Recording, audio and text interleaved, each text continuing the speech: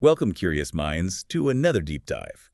We're about to take a stack of compelling sources straight from the courtroom and extract the most important nuggets of knowledge to get you well-informed on a topic that continues to dominate headlines. That's right. Today, we're peeling back the layers on the ongoing trial involving Sean Combs. This isn't just about sensational headlines, it's about understanding the intricate dance of legal proceedings, the weight of evidence, and the profound human element at play. Indeed. Our mission today is really to guide you through the latest, most significant developments, helping you grasp not just what happened, but, why it matters in the broader context of justice and public scrutiny. Right. We'll be focusing on the jury's critical steps, the details they're grappling with, and some of the surprising turns this case has taken. So let's unpack this. Okay, but first, please be aware, this deep dive is based on publicly available information and is intended for news commentary and educational discussion. The following segment may reference sensitive allegations. All individuals are presumed innocent unless proven guilty in a court of law. Listener discretion is advised. Okay, let's set the scene. We're recapping the intense atmosphere inside the courtroom as our deep dive begins.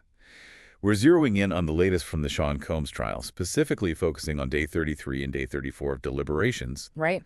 It's been, quite a whirlwind of activity and anticipation behind those closed doors, marking a really pivotal juncture in this high-stakes legal battle. Absolutely. And what's truly fascinating here is the immediate insight we get into the jury's process, almost as if we're peering over their shoulders, Yeah. On day 33, after getting these detailed instructions from Judge Arun Subramanian, he's a male judge, the jury officially took the case. It wasn't just a quick handoff, right? Yeah, no, not at all. The judge, he really broke down the 5 charges against Combs meticulously, making sure they understood the gravity and the specific legal definitions of each one. Which charges were those again? So you have racketeering, 2 counts of smeg trafficking, and then 2 counts of transporting individuals for prostitution.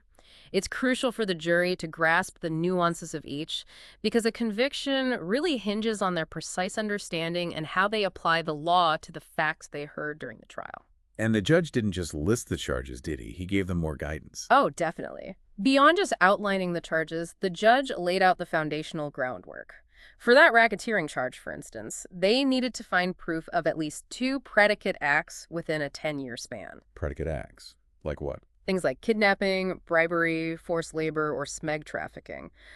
But it's not just a list. The prosecution has to connect these seemingly separate events into this single overarching pattern of a criminal enterprise. That sounds tough to prove. It is. It's a strategic hurdle, notoriously difficult, especially in these big RICO cases. You have to prove not just individual bad acts, but an organized, ongoing criminal conspiracy. Okay. What else did the judge tell them?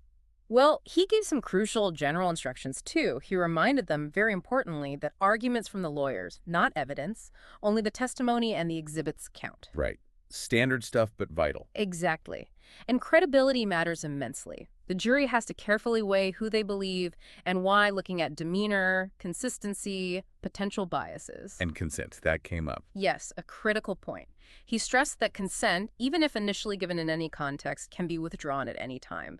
That's fundamental in cases involving allegations of coercion or trafficking. Makes sense. And finally, the standard but always vital warning. Jurors were strictly told not to rely on social media, personal bias, or anything outside the evidence presented in court. Keep the focus squarely on the facts from the trial. Okay, so the jury gets the case, starts deliberating, and then what happens? Because things got interesting fast, didn't they? They really did. Just 1 hour into deliberations on day 33, a note comes from the jury room.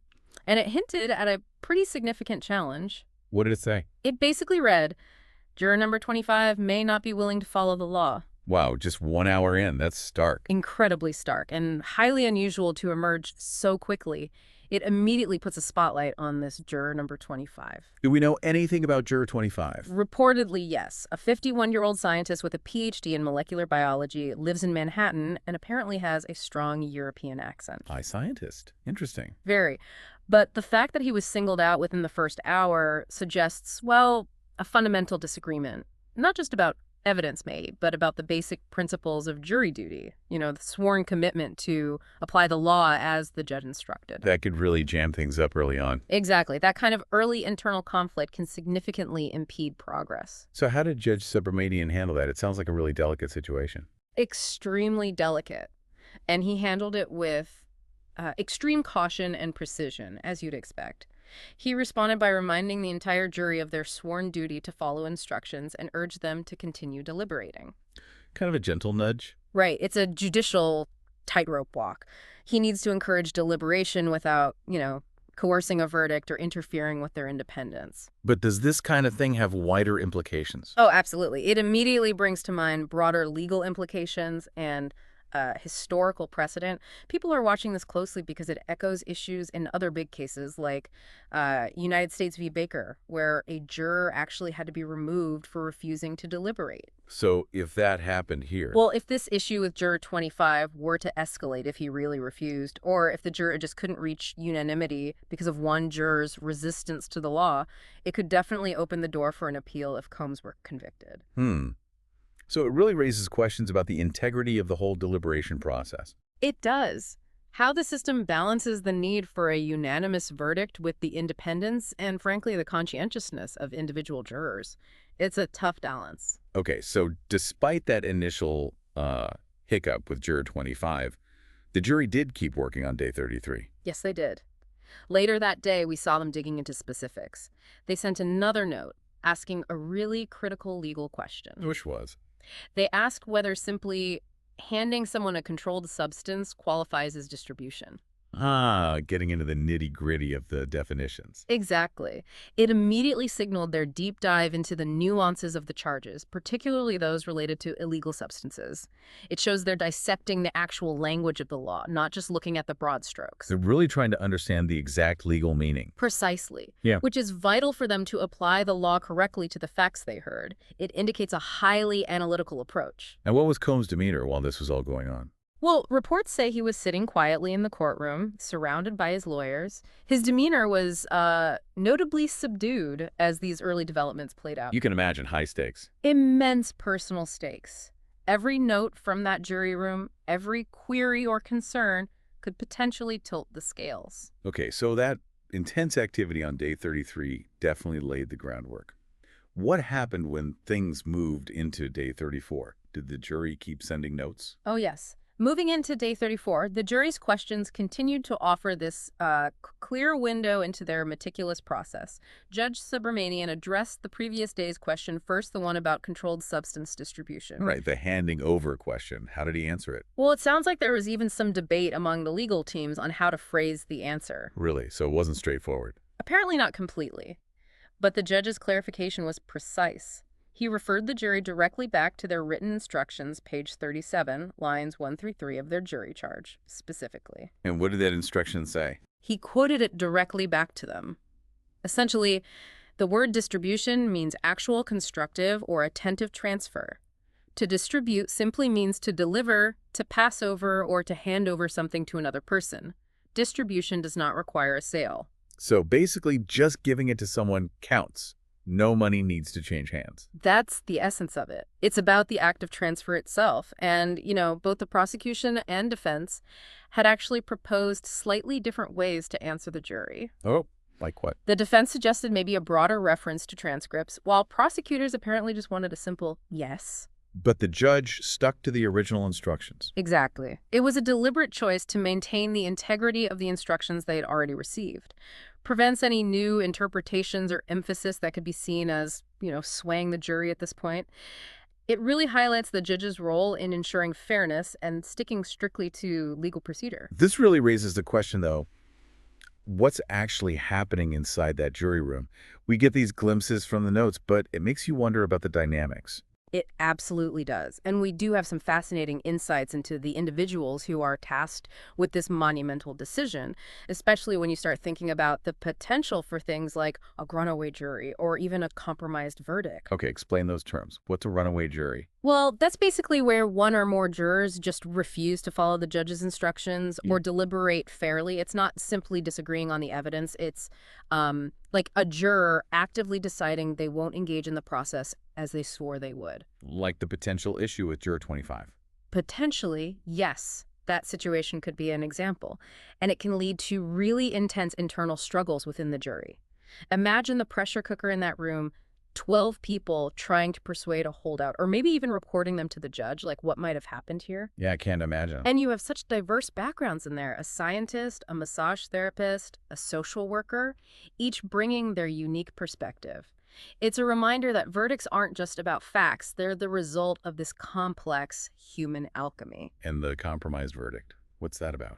That describes the idea of, well, horse trading in the jury room, where jurors might sort of agree to vote a certain way on one count in exchange for another juror's vote on a different count. Like, I'll vote guilty on this if you vote not guilty on that. Exactly that kind of thing. It shows the complex human element where sometimes the drive for unanimity can lead to these pragmatic compromises rather than decisions based purely on the evidence for each separate count. Fascinating. Huh? Let's put a spotlight on the jury itself then. We know a bit about Juror 2 and 5, the scientist. Who else is in that room? It's quite a mix. We mentioned Juror 25, the 51-year-old scientist from Manhattan with the PhD and European accent who raised that initial flag. Right? Then there's Juror 217. She's a 74-year-old woman, works as a treatment coordinator, and has a bachelor's degree in sociology. And importantly, she also lives in Manhattan. Okay, sociology background. That could be interesting. Could offer a unique perspective on human behavior, maybe the power dynamics alleged in the case. A different lens, perhaps? Who else? Give us a feel for the range. Okay, well, you've got Juror 2, a 69-year-old male massage therapist, also in Manhattan, with a Bachelor of Fine Arts in acting from NYU. Acting. Interesting. Yeah. Maybe good at reading people. Possibly. Assessing witness authenticity, perhaps. Then there's Juror 5, a 31-year-old male investment analyst. Hobbies include golf, tennis, video games, described as an active churchgoer. Analytical skills from finance, maybe some moral framework there. Could be. And Juror 55, a 42-year-old woman working at a nursing home, lives in Manhattan, and she apparently said she's not a fan of news. Ah, so maybe less influenced by pre-trial coverage? A blank slate. Could be, focusing just on the courtroom evidence. And finally, one more, Juror 184, a 39-year-old male social work program supervisor, also a part-time security guard from the Bronx, holds a master's in social work. Social work, that seems highly relevant. Extremely relevant. Understanding complex social dynamics, patterns of abuse, coercion, human behavior under duress. Yeah. All very pertinent to evaluating the testimony here. Wow. So you have science, arts, finance, healthcare, social work. It really is a microcosm, isn't it? It truly is. Trying to achieve unanimity with all those different life experiences and perspectives, it really helps you appreciate the challenge, you know? Each juror's background shapes how they might interpret beyond a reasonable doubt. Absolutely. And the human element isn't just in the jury box, right? There was that moment with Combs and his mother. Yes, that interaction between Sean Combs and his mother, Janice Combs. It offered this poignant human moment amidst all the legal tension. He apparently leaned over and whispered to her, telling her to just relax, it's going to be all right. And he complimented her outfit, a green and cream zebra print, apparently. It's a small detail, shared in a moment of extreme stress and public scrutiny, but it really highlights the personal stakes for Combs and his family. A reminder that there are real people experiencing this, not just legal arguments. Exactly. Trying to find solace or project strength in the face of just immense uncertainty. Okay, so back to the jury's work on day 34.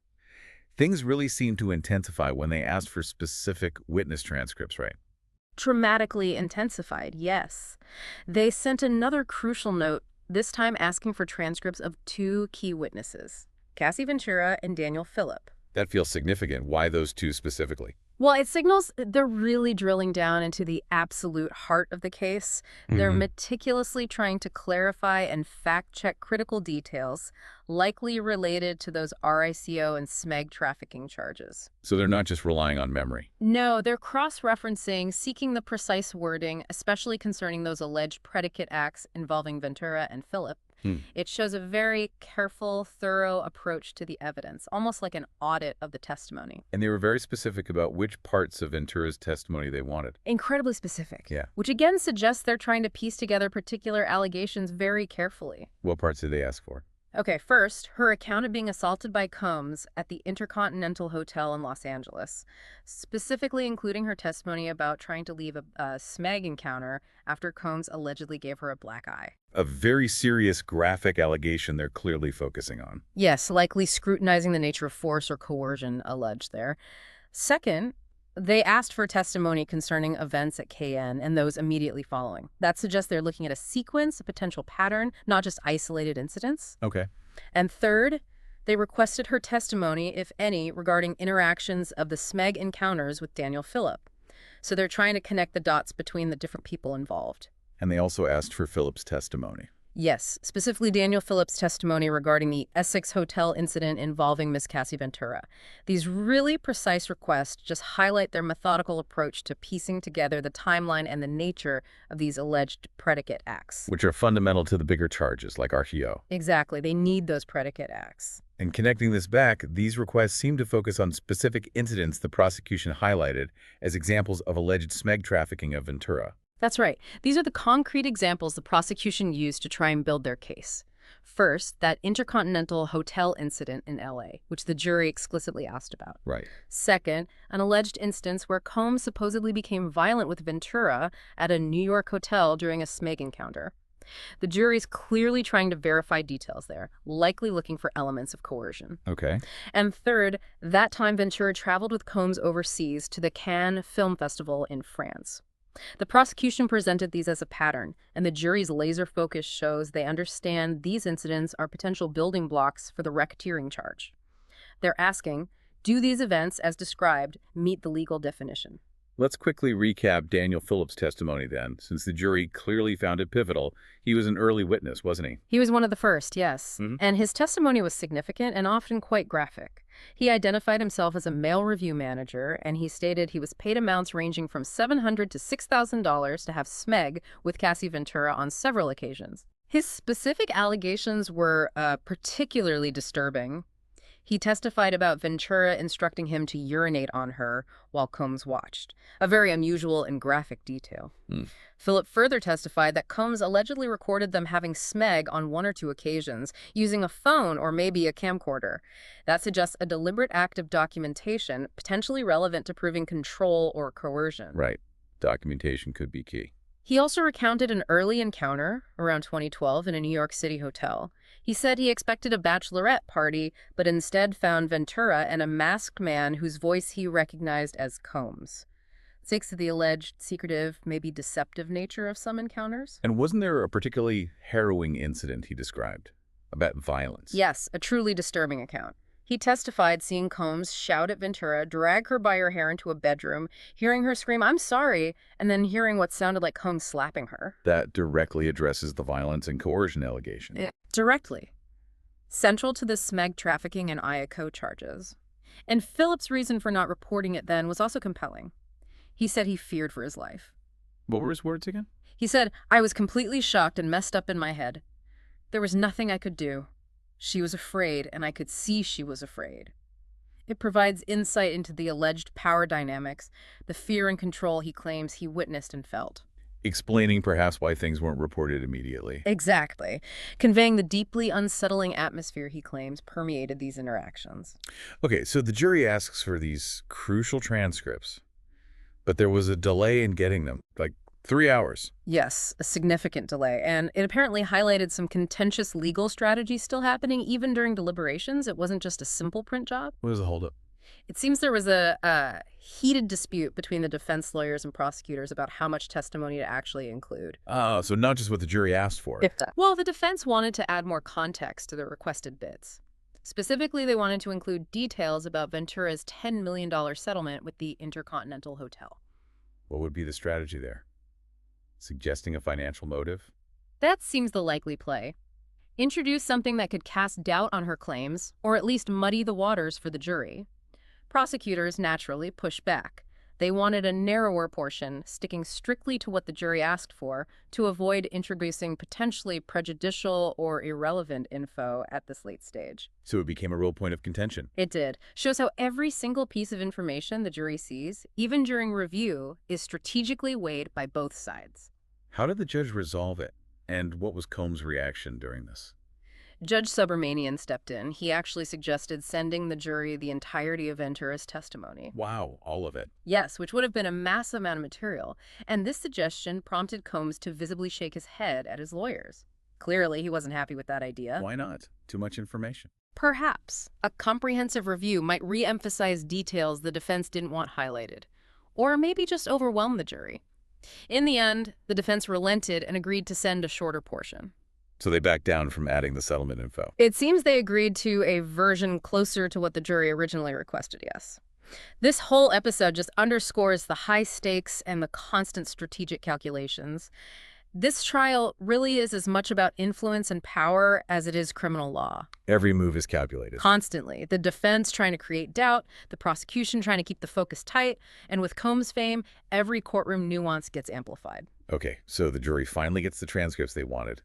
And then, as day 34 drew to a close, the biggest development yet arrived. Absolutely. The really big development came in a note at 4:05 p.m. from the jury. And what did this one say?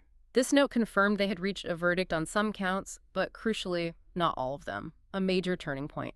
Partial resolution, but still ongoing uncertainty. Which counts did they have verdicts on? They confirmed verdicts on counts 2, 3, 4, and 5. Remind us what those are again. Okay, count 2.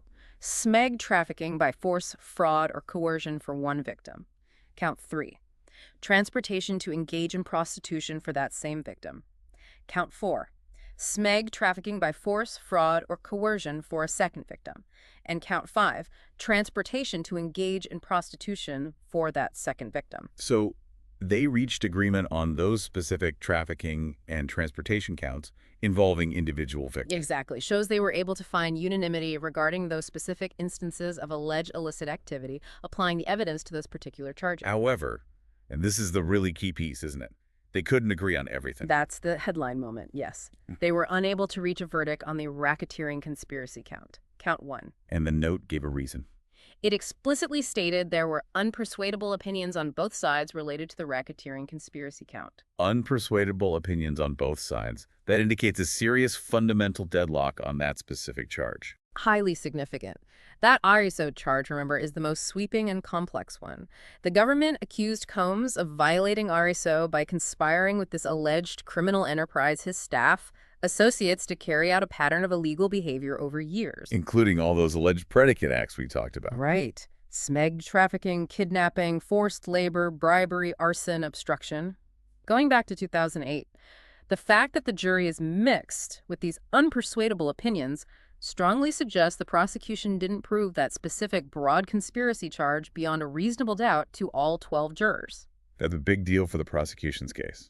It's a profound statement about just how difficult it is to prove those sweeping conspiracy charges. Their most ambitious legal argument seems to have hit a wall, at least for now. It potentially signals a weakness in connecting all those individual alleged acts into that single organized criminal enterprise beyond a reasonable doubt. That's a very high bar. So this deadlock on the REO count, Mm-hmm. what happens next? It must have triggered immediate legal maneuvering. Oh, instantly. The prosecution quickly signaled their next move, preparing a modified Allen charge, Also known as? a dynamite charge. It's a special instruction a judge can give to a deadlocked jury to basically encourage them to keep deliberating and try again to reach a unanimous verdict. Why dynamite? Because it's intended to sort of blast the jury out of their deadlock. It urges them to reconsider their positions, listen to the other jurors' views, but crucially, without giving up their own conscientiously held beliefs. It's a very delicate instruction for the judge to give. You don't want to seem like you're forcing a verdict. Exactly. Maintaining the jury's independence is paramount. The defense had a different strategy in mind, right? They did, yes. Led by Mr. Agniflo, the defense proposed to the judge that the jury should simply continue deliberating. No partial verdict should be taken yet, they argued, and definitely no modified Allen charge should be given yet. Their thinking being? Their argument seemed to be that the jury had actually been remarkably efficient by reaching 4 verdicts already. Maybe just giving them more time would allow them to reach unanimity on the RICO count naturally without needing that push from the judge. And Combs himself agreed with that approach. Yes, reports indicate Sean Combs confirmed this preference with his lawyers. He clearly wanted the jury to work through it internally rather than feel pressured by the court. You mentioned Combs's demeanor earlier. How was he during this really tense period waiting on the verdict news in this deadlock? Reports described him as leaning back, legs crossed, not looking happy at all, at one point rubbing his eyes. That visible emotion really just underscores the immense pressure he's under. His future, his reputation, just hanging in the balance. Absolutely. So how did the judge handle these competing proposals about the Allen charge? Well, Mr. Agniflo made his case. emphasizing the jury's efficiency and suggesting they weren't at the point where an Allen charge was needed. He basically said, let's wait and see if they make progress on their own. And the judge's decision. Judge Subramanian carefully considered it. He decided against immediately issuing the Allen charge. However, he reserved the right to do so later if the deadlock persisted. So keeping it as an option. Exactly. He also raised the possibility of the jury deliberating on July 3rd, even though it's a holiday, to keep working towards a full resolution. What did the defense think about working on a holiday? They didn't object to the option if the jury wanted it, but they preferred not to tell the jury about that possibility right now. They worried it might unintentionally rush them into a decision just to avoid coming back. Another strategic calculation about timing and influence. Makes sense. So what was the final word to the jury at the end of day 34? The jury was brought back in briefly. Judge Subramanian acknowledged the partial verdicts they'd reached, and then he firmly instructed them to continue deliberating, discuss, and weigh your respective opinions dispassionately and follow my instructions on the law. A clear message. Keep trying. Absolutely. He also gave them specific instructions for adjourning, send a note when they were done for the day, and before they left, one final, crucial instruction. Tomorrow, go directly into the jury room. Keep an open mind. Do not watch or read about this case. Standard, but so important, especially in a case like this. Critically important, reinforcing that their decision must be based only on the evidence from court, totally free from outside influence or all the media noise surrounding the trial. A vital safeguard.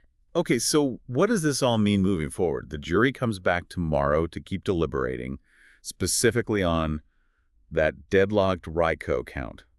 What are the potential outcomes now? Well, the big possibility hanging over everything is a hung jury on the RICO charge. If they truly remain deadlocked, the judge would eventually have to declare a mistrial on that specific count. And what happens then? That could lead to a retrial just on the RICO count, which is often a much more challenging prospect for the prosecution. They'd have to present their whole case again, knowing where they fell short the first time, potentially revealing weaknesses. Any other possibilities? Alternatively, a hung jury on the biggest charge might lead to a plea offer from the prosecution to avoid another costly, uncertain trial. That's a common strategy when a full conviction on the most serious charges proves elusive. So a lot still hangs in the balance. A tremendous amount, and it raises this really important question. How will the public perceive this entire case if there's a mixed verdict, especially with the division on that major RIO charge, regardless of the outcomes on the other counts? When a high-profile figure like Combs is involved, that kind of split decision can really reshape the narrative. What stands out to you from today's developments? How do you think this partial verdict might change things? This deep dive into the latest from the Sean Combs trial really just underscores how incredibly complex and multifaceted the pursuit of justice can be. It's never simple. No, it isn't. From those initial jury notes about Juror 25 possibly not following the law, to the really detailed requests for specific witness transcripts, and now this critical partial verdict. Every step is just a testament to the intricate workings of our legal system. It's definitely not as straightforward as the headlines might make it seem. Absolutely. And the insights we gained today, particularly from the jury's questions and that divided opinion on the RSC charge, they just remind us that knowledge is really most valuable when it's understood and applied. There's always more to learn, and considering multiple perspectives always enriches our understanding. We really hope this deep dive has given you, the listener, a clearer, maybe more nuanced view of the proceedings, taking you beyond just the surface of the news. Yeah, for us, the joy is really in the discovery and then sharing that knowledge with you. We've explored these fascinating details of courtroom strategy, the painstaking process of jury deliberation, and importantly, the human dynamics behind that jury room door. It's a privilege to walk through these complexities together. And we really encourage you to continue your own exploration. Maybe consider, what ripple effects might this partial verdict have on future cases, especially those involving high-profile individuals and these really complex charges like racketeering? That's a great question. And what further questions does this raise for you about that intersection of fame, justice, and the law in our society today? There's always more to think about. Definitely food for thought. Thank you for joining us on this deep dive. Stay curious, stay informed, and we'll catch you on the next one.